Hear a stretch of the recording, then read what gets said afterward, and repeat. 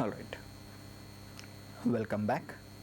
So now I'll discuss a few important topics in CO2. One is neuronal communication, that means how neurons communicate with each other, and the second important topic is action potential. Right. So neuronal communication means communication of neurons generally done with the help of electrical signals, which is called as action potential.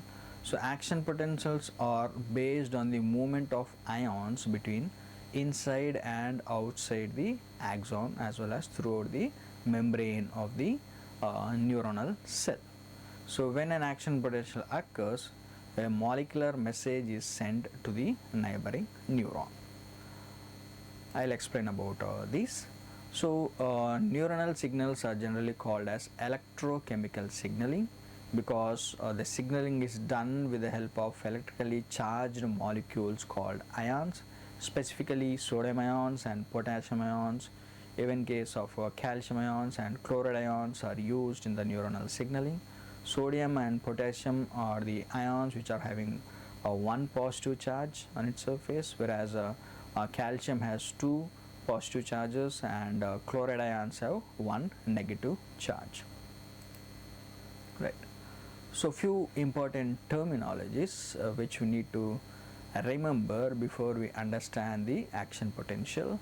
First one is called as depolarization. So depolarization is a decrease in the potential difference between the inside and the outside the cell, right? So when the neuron is resting, the potential that is present in the membrane of the neuron is called as resting potential. So when the potential decreases between the inside and outside of the neuronal membrane, we call it as depolarization. And once depolarization is done, and neurons has to get back to the resting membrane potential called as RMP. So the process which leads to the again getting back to the normalcy is called as resting membrane is called as repolarization, right?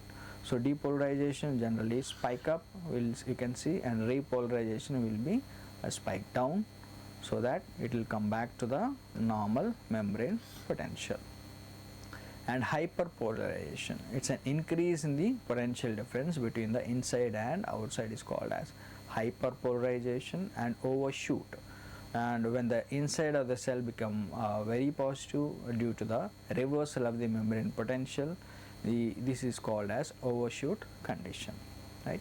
So now let's have a discussion on action potential, right? So this is a very important topic in the CO2, action potential.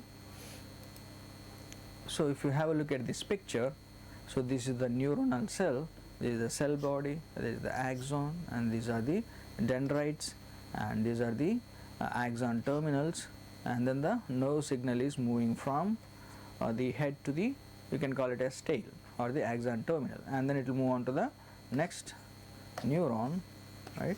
So these are the dendrites, and then it will move on to the next neuron, and then the signal will move from one neuron to the another neuron. If you have a look at the GIF here carefully, you have all the positive charges on top and all the negative charges inside. This is the outside the membrane, and this is the inside the membrane. So when the cell is neuronal cell is in resting condition, all the positive charges will be there on the top and all the negative charges will be there on the bottom or towards the inside of the membrane, right? So this condition is called as resting membrane potential, right? So now if you have a look at this picture here carefully, slowly the negative charges are moving to the outside, and the positive charges are moving to the inside. That means the depolarization is happening. So when the depolarization happens, you can see a spike in the electricity movement of the electricity from one direction to the to the end of the axon, and then followed by a repolarization. During the repolarization, it's a reverse happening. If you see here carefully, the negative charges are going up and then positive charges are coming back. This is one action potential followed by another action potential. Likewise, there will be depolarization, repolarization, and then RMP. It's continuous throughout the axon, and then it will move on to the next one.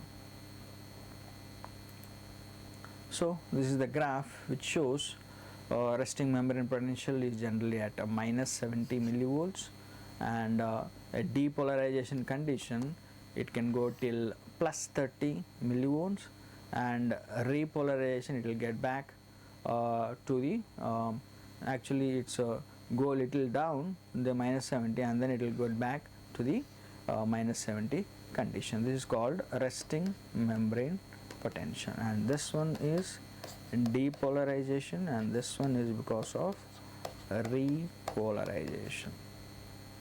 Okay, so